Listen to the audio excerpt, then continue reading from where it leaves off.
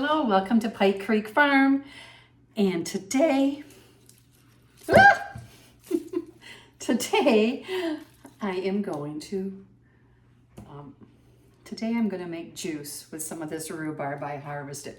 I have a box. Can you see that box there?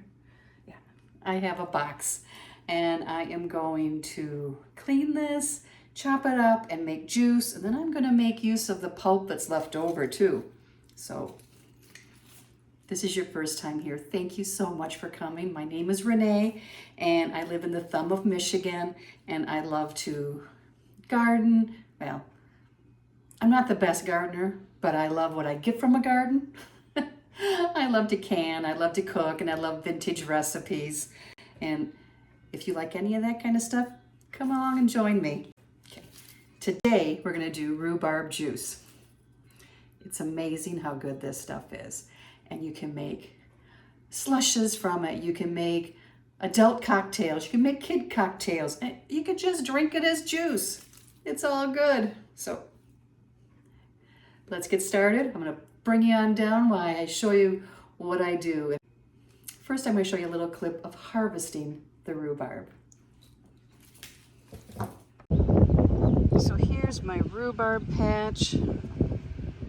It's not huge, but it's pretty big and it gives us a lot. I probably need to break it up and divide it up this fall. I don't see any seed pods in that one. I have pulled some already. Okay, see, there was one. I need to pull it all the way.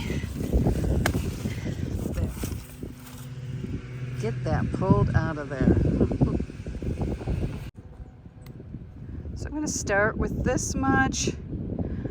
Take off the leaves. I put the leaves back underneath the plants just to turn into mulch and keep the moisture in the soil.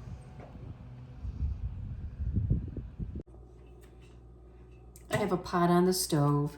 The rhubarb is all washed and trimmed, and I have this holds 4 cups. I need 6 cups of chopped up rhubarb per batch. But the first step is chopping up this rhubarb and getting it in this pot.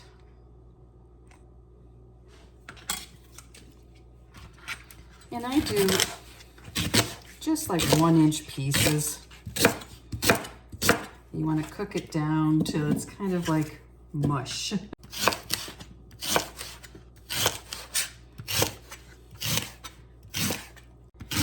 Now, some rhubarb is green, some is red.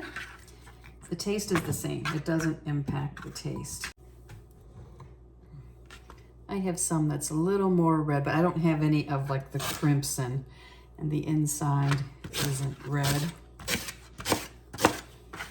And the sugar is optional. You can increase the sugar or reduce the sugar or completely eliminate it. The sugar is not what makes it safe. It's a very acidic fruit, vegetable. And I have pint jars that I have brought up. I've washed. I'm gonna wash them again, and they're gonna be hot.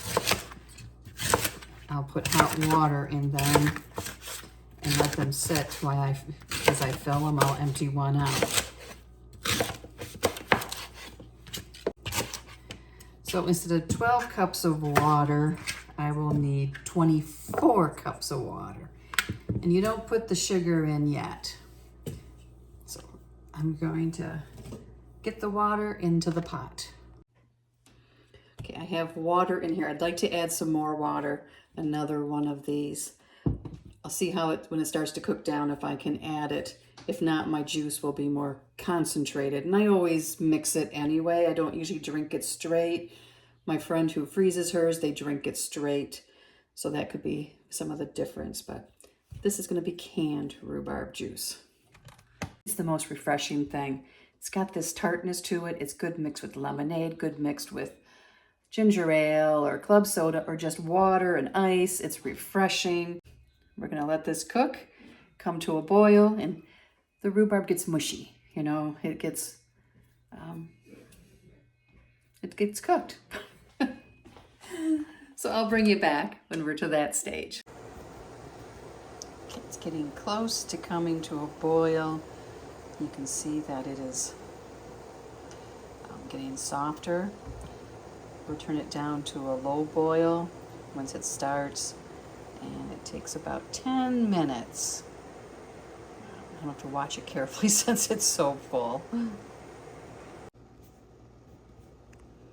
Okay, it's simmering now. It's getting soft.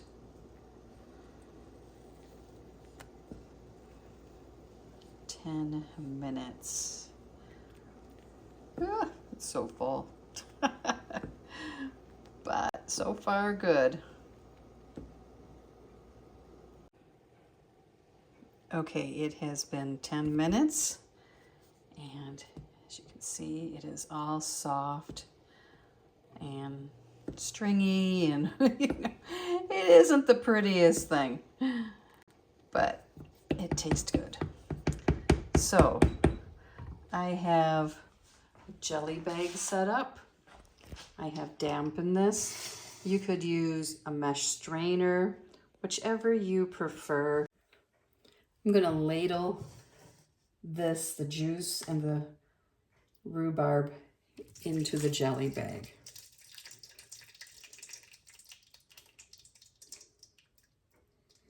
And this will take a while to strain through.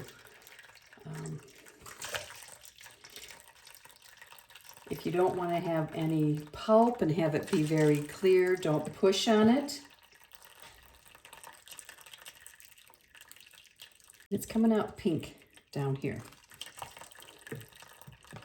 And this pulp that's left up here, which I will show you, is greenish color, but if you, I don't know, I like putting it in a bowl and sprinkling sugar on top.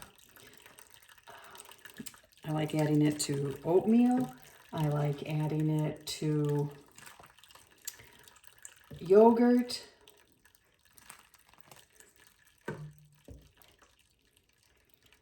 I was talking to some friends and we were thinking of how I could, even though it's not pretty, how I could incorporate it into baked goods. And after this is all drained through, I will put it into a pot and add the sugar and just heat it up until the sugar is melted. And then you can jar it up, and I'm going to use a steam canner.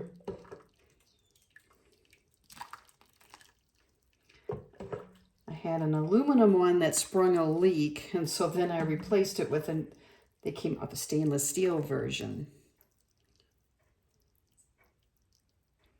And I really like that. So here's the first bowl of juice.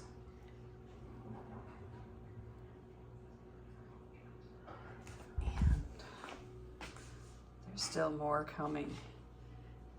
Goes in like that, comes out like that.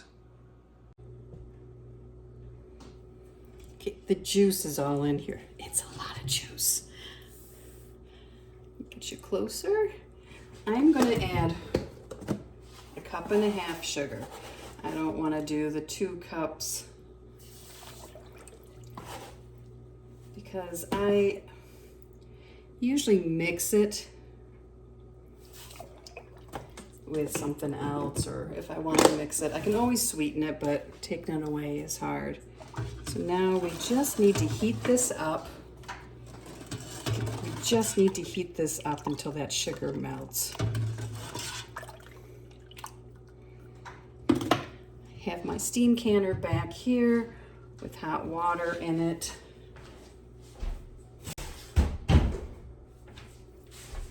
And I have my jars ready. I might have enough to have to do more than one batch. We'll see how it goes. That wouldn't be a bad thing. So it doesn't need to come to a boil. I can still hear some grit.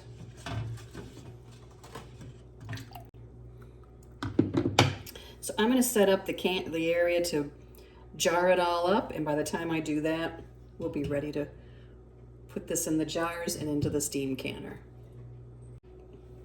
Okay, we are ready to put it in the jars. We need a 1/4 inch headspace, which is way up here, this top rim.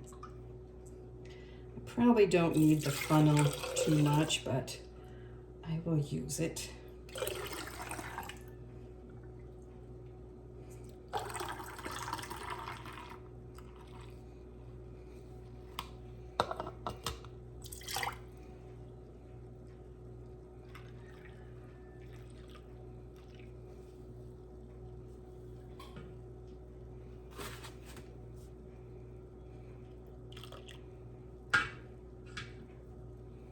I use a spoon to get that foam off that comes. I don't think it's necessary. I just do it. Let me get you where you can see better. So we're not quite there. Now we're at the 1/4 inch. I don't really feel the need to debubble this since it's all liquid. I will measure though, and it is at the 1/2 inch, 1/4 inch. You can water bath this or you can steam can it. So whichever way you have, whatever equipment you have, either way is perfectly fine. Wipe the rim. Then put the lid on and the ring finger tight. And then this is ready to go on the canner.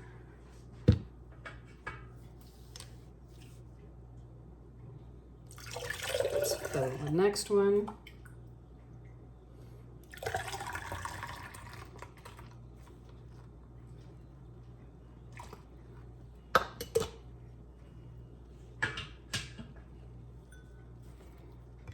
Needs a little bit more.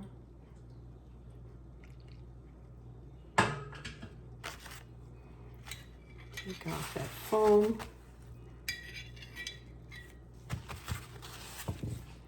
And then wipe the rim.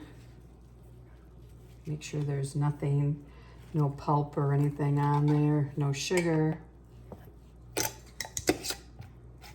Anything that would prevent a seal.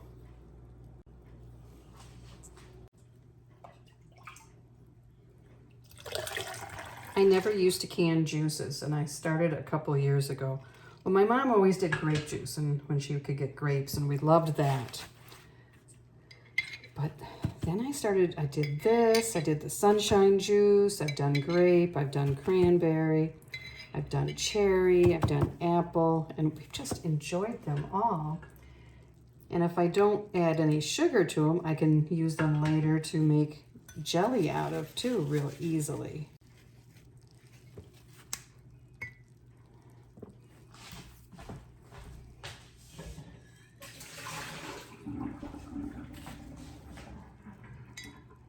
A little too much.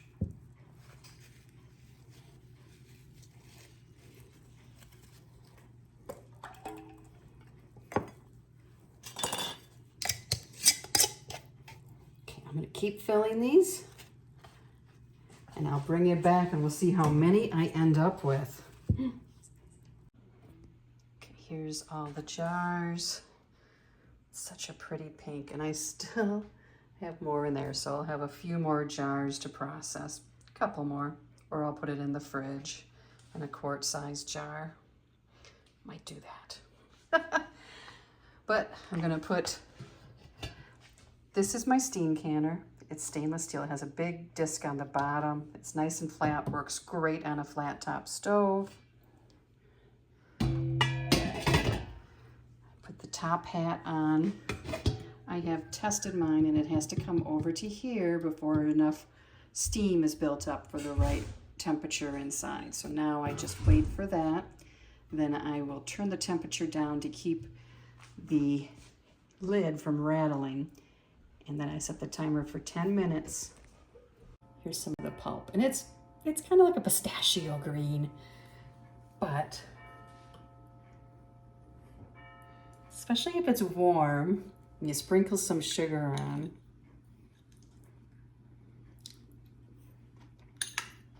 It's so good. It is rhubarb.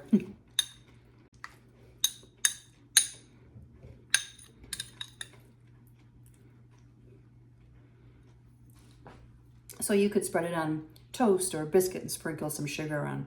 You could add it to oatmeal or yogurt, like I said. You can't can this. If you wanted to keep it, you'd have to put it in the freezer. But just so you know, this is edible. It still has flavor. It's just a little funky color. Let me know what you would do with it. It is almost ready for the timer. Okay, it is there. I have turned my temperature down because if you don't, this thing will start rocking. So you want to keep it at an even temperature to keep the thermostat up all the way. And you can kind of hear that whistling, and that's how I know when it's there. So I will bring you back in 10 minutes. Won't bring you back in 10 minutes. In 10 minutes, the timer will go off and I will turn off the burner. But we need to let that lid sit on there for like 10 minutes. It's part of the process. And read the manual for your steam canner if you do get one. I really recommend them. I removed the lid and there was 4 pops right away. I wasn't fast enough with the camera. So I will let these sit here a few minutes. Ah, there was one. And then move them over onto the mat on the counter. You always want to put something underneath the jars. Don't put them directly on a counter. They all sealed before I could even move them. So I will be moving them now. Here is the leftover into a glass for me to enjoy tonight. Let's do a taste test.